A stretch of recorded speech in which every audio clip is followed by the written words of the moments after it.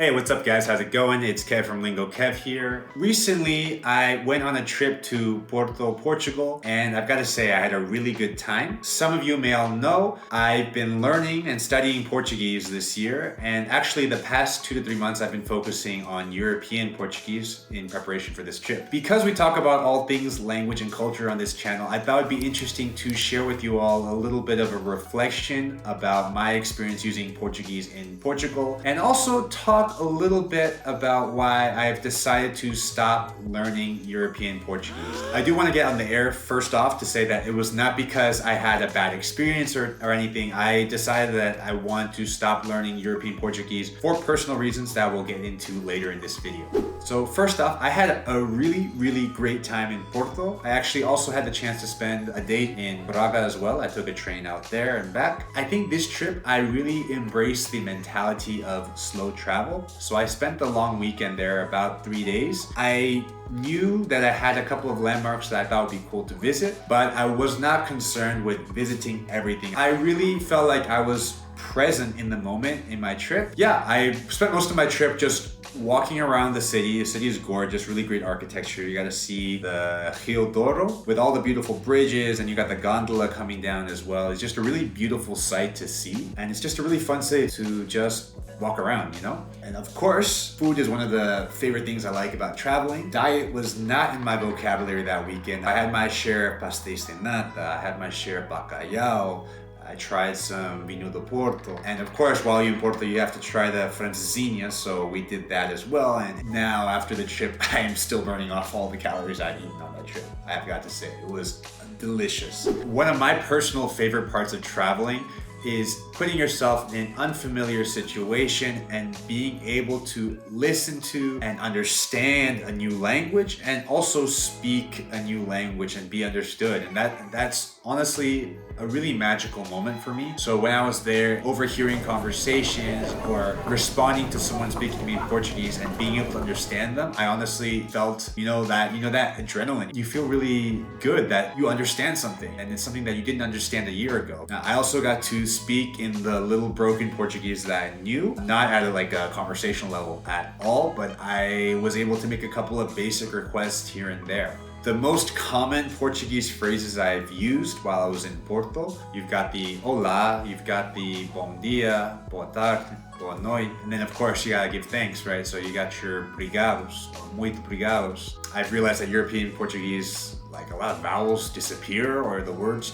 you kind of eat up your words while you're speaking them. Kind of like American English, actually, now that I think about it. Yeah, so I got to order a lot of food in Portuguese as well. So the food names in Portuguese, francesinha, you've got your pastéis de nata, the bacalhau com nata, bacalhau brás. I try not to drink too much alcohol, so I ordered a lot of Nesti, and they have a flavor that's not in Spain, and that's the peach flavor. So I ordered a lot of Nesti de pêssego. And I took a lot of coffee breaks as well during the day, so I've had to order some meias de leite or café com leite. And then when I was going to a restaurant, you would ask for uma mesa para dois or uma mesa para quatro. Also, Also in the restaurant, I would ask for maybe where the bathroom was. So I would ask for a casa de banho, which was interesting to me because it was different from Spanish and Brazilian Portuguese. Portuguese say a casa de banho. And asking for the bill, a conta, por favor.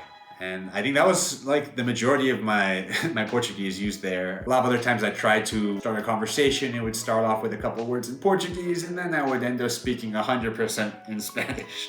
And it was not even a Portunhol, it was literally 1 or 2 words in Portuguese and then finishing the sentence or phrase or idea in Spanish. Apologies to all the Portuguese people that I just completely spoke Spanish at. I didn't mean to.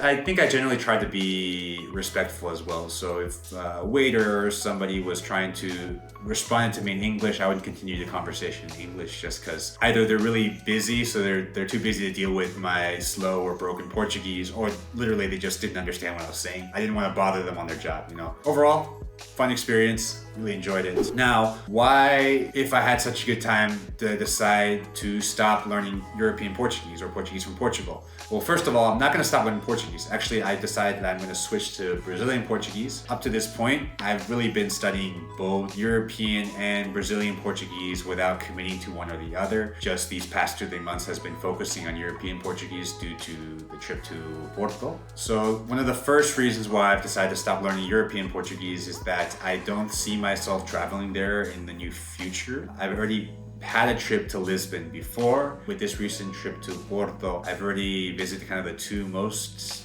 biggest cities to travel to in Portugal. Also, I honestly have not traveled to a lot of places in Europe, so I think most likely if I do travel somewhere, it'll be somewhere else in Europe. So I won't be able to use it that much. And while I do agree that I don't need to visit or be in the country to learn a language, honestly have more use of Brazilian Portuguese because I tend to meet more Brazilians here in Spain. Also, I actually do have some Brazilian friends that I could practice with. And honestly, I think sometime in the future, I would love to make this huge trip to Central and South America, so I would love to use my Spanish there, and I would love to be able to visit Brazil as well and use Brazilian Portuguese. And then another reason is that there's just a lot more Brazilian content out there. So a lot of the YouTubers that I like to follow are actually Brazilians abroad. Also, there's just a lot of music, movies, TV series that are in Brazilian Portuguese. So I think I'm at a point where I need to decide which variation I want to focus on. Otherwise, I'm just stunting my own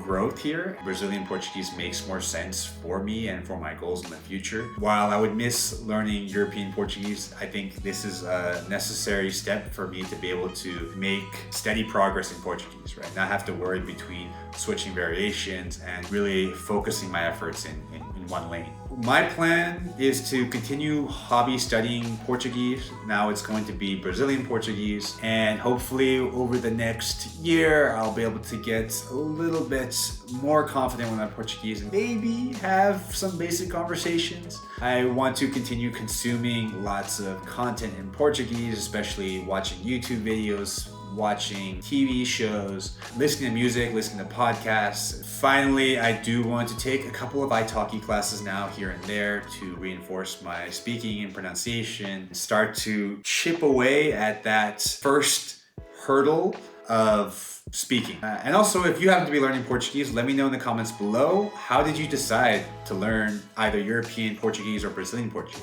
I'd love to know. That's pretty much it for today. If you like this video, don't forget to leave a like, and we will see you all next time. Bye-bye.